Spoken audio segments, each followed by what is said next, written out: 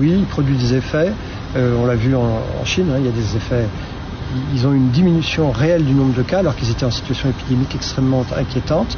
Ils ont eu des effets au bout de 1 mois et demi, 1 mois et 1 mois et demi de confinement. En fait, personne ne sait. On tâtonne, tout le monde tâtonne. Quand il y a des gens qui vous assurent que ça va durer 3 semaines, 1 mois et demi, ce sont des hypothèses. On peut penser, je dirais 15 jours, ça sera évidemment insuffisant. Peut-être qu'1 mois ou 1 mois et demi, c'est plus raisonnable. La durée d'incubation, c'est-à-dire le moment où vous rencontrez le virus, où il entre dans votre corps, et où vous allez commencer à être malade, c'est-à-dire présenter des signes, quand vous êtes malade, vous avez bien compris, ça varie de 2 à 12-13 jours. Ça, c'est la première partie de la maladie. Vous ne savez pas que vous êtes malade, parce que le virus est dans votre organisme et commence à faire son petit travail de sape. Au bout de 2 à 12 jours, moyenne 4,5 jours, vous êtes malade. C'est-à-dire que vous mettez à tousser, à cracher, parfois des difficultés respiratoires et puis parfois des choses plus graves. Heureusement, beaucoup plus rares, mais ça arrive. Et bien ça va durer à peu près 2 semaines. À peu près 2 semaines. Et puis au bout de 2 semaines, le virus aura probablement disparu. Mais comme on ne fait plus de tests pour savoir s'il a disparu ou pas, je ne sais pas bien vous répondre. Donc il faut compter, on va dire 3 semaines au total, 3 à 4 semaines au total, puisque si vous avez une incubation de 12 jours et une maladie effective de 14, ça vous fait 1 mois.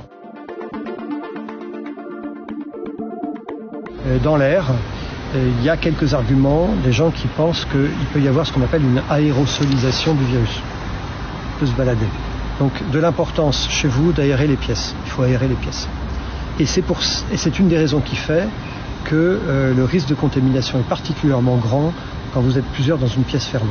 C'est d'ailleurs là qu'on a vu les taux de contamination les plus importants. Quand vous vous concentrez sur les situations de zones closes, c'est-à-dire des pièces, des églises, des réunions de famille, on a des taux d'attaque qui sont jusqu'à 35%. C'est-à-dire vous déjeunez, vous dînez avec vos copains, vous êtes dans une salle fermée, eh bien une personne malade, même s'il ne le sait pas, peut contaminer 35% de la pièce.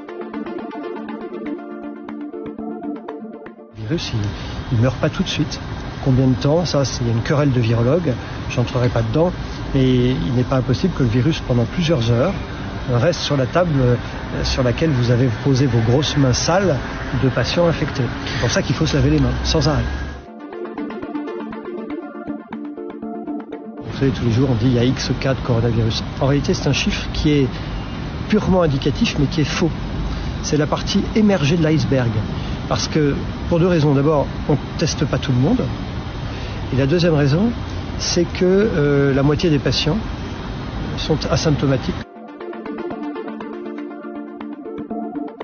Entre 1 et 3%, mais ça ne veut pas dire grand-chose parce qu'un taux de mortalité, c'est un nombre de morts, on l'identifie bien, là, c'est facile, divisé par un nombre de cas. Mais comme je vous l'ai expliqué tout à l'heure, le vrai nombre de cas, on ne connaît pas.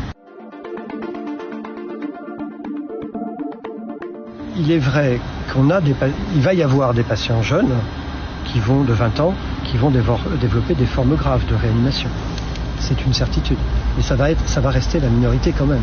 Les études chinoises, qui maintenant ont 3 mois de recul, c'est quand même un sacré avantage parce qu'on apprend d'eux, montrent quand même qu'on est sur une population qui est plutôt âgée, très majoritairement, qui a des maladies associées, essentiellement l'hypertension artérielle, le diabète, également un peu les affections respiratoires chroniques, moins en fait que la grippe proportionnellement.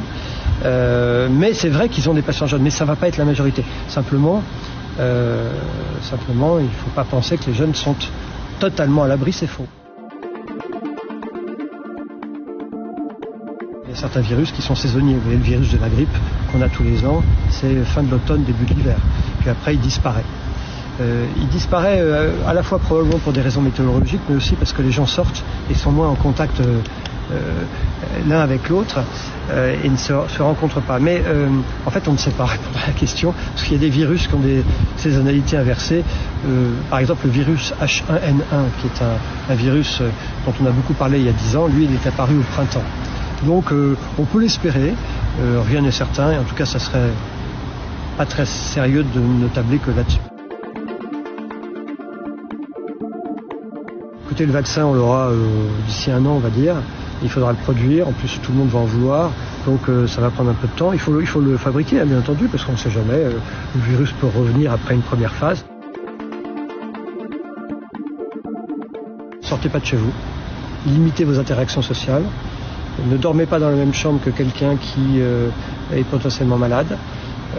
Prenez des nouvelles de vos parents et de vos grands-parents par téléphone. N'allez pas les voir pour les contaminer, mais ne les laissez pas seuls, parce qu'il ne faudrait pas que cette affaire fasse qu'on retrouve des gens âgés qui sont morts tout seuls parce que personne s'en est occupé chez eux. Aidez-nous à ne pas désorganiser le système, c'est-à-dire que quand vous avez un petit problème de santé microscopique, eh bien pour une fois vous n'allez pas venir aux urgences nous encombrer.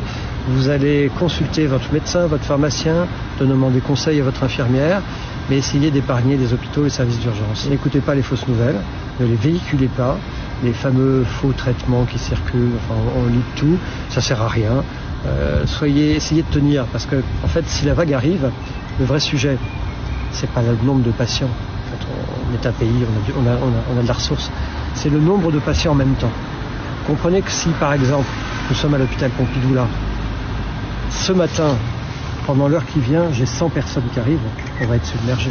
En revanche, si ces 100 personnes arrivent réparties sur 2 mois, eh bien moi je saurai les prendre en charge sereinement et parfaitement bien. Donc tout le sujet il est là, il faut étaler la vague.